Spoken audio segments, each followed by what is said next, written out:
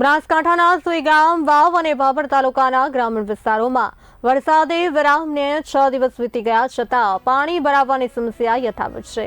અનેક ઘરોમાં આજે 2 થી 3 ફૂટ પાણી ભરાયેલા છે, જેને કારણે લોકોનું ઘરગથ્થુ સામાન વારંવાર બદલીને પણ પલળી જાય છે. જમીન ક્ષારવાળી હોવાથી પાણીનો નિકાલ ન થતા હાલત વધુ વિકટ બની છે. ખાવા પીવાની સમસ્યા વચ્ચે લોકો પાણીમાં જીવન જીવવા મજબૂર બન્યા છે. રાહત પેકેટોની ચર્ચા હોવા છતાં ગ્રામજનો પાણીમાં ડૂબેલા લાચાર બની ગયા છે. જે શહેરી વિસ્તારની તળાવ ગામ છે, તળાવ ગામમાં જે લોકોના ઘરમાં પાણી ઘૂસી ગયા છે, કહી શકાય છે કમર્સમાં પાણી છે. અહીંયા કમર્સમાં પાણી ભરાય છે, લોકોને ઘરમાં રહેવું પણ ભારે મુશ્કેલીનો સામનો કરવો પડે. બીજી બાજુ જે ઘરમાં લોકોનો માન વિખર્યો તો જે પલળીને ખાક થઈ ગયો છે. એક બાજુ કહી શકાય કે લોકોને ભારે મુશ્કેલીનો સામનો કરે. તંત્ર પણ અહીંયા કોઈ કે એમને મુલાકાતે નથી આવી. એક બાજુ સરકાર કહી રહી છે કે અમે અહીંયા ટીમો બનાવી છે, તો ટીમો અહીંયા કોઈ મુલાકાતે નથી આવી. અમારા જે કાકા જણાવે છે, કાકા શું કહેશો? કોઈ અમારા ગરતારની અંદર કોઈ આવીને અમને પૂછ્યું કે તમે શું કરો છો? અમે તલાટી સાહેબ લઈ આવ્યા હતા, એટલે અહીંયા અમે કીધું કે આ તો કે બધું ખરાબ છે, કોઈ રેત્ર છે ને અમે 80-50 વર્ષના અમન ચાવવા અમે રહો.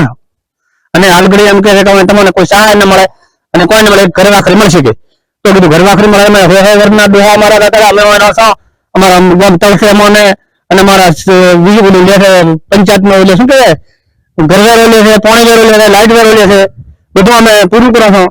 અને અમારે ઘરપત્રી હાલે છે કે એ તો કે ખોટી હાલે, પણ ખોટો કોઈ પંચાયતમાં દાખલ થવા જોઈએ, ખોટા આવે કોઈ તંત્ર મંત્ર આવે તો એક જ હરિપુરી ઠાકોર આવ્યા હતા, કહે છે કે 4 રસ્તેથી ઉભા રહે બરોબર હતા, અંદર કોઈ આવ્યા નથી. ગામની અંદર કોઈ તપાસ કરવા તંત્ર આવ્યું નથી. અહીંયાના વખવાદ માટે કરે, ગામને નુકસાન કરે. ચોક્કસથી તો અહીંયા પરિવારજનો જણાવવામાં આવ્યું છે કે અહીંયા કોઈ તંત્ર પહોંચ્યું નથી. એક બાજુ ગુજરાત સરકાર એમ કહી છે અમે ટીમો બનાવીને અનેક ગામડાઓ મોકલી છે, તો તમારી ટીમો ક્યાં ફરે છે? અહીંયા તો અહીંયાના જે ગામના લોકો એમ કહે છે કે અમારા ઘર સુધી હજી કોઈ ટીમ અહીંયા પહોંચી નથી. કેમ કહી શકાય છે કે જે તંત્ર છે, તંત્ર બીજા ગામમાં ફરી રહી છે, બીજા ગામની મુલાકાત જ નથી આવ્યું. જે આ સરહદી વિસ્તારનું ગામ છે ત્યાં લોકો મુલાકાત નથી આવતા.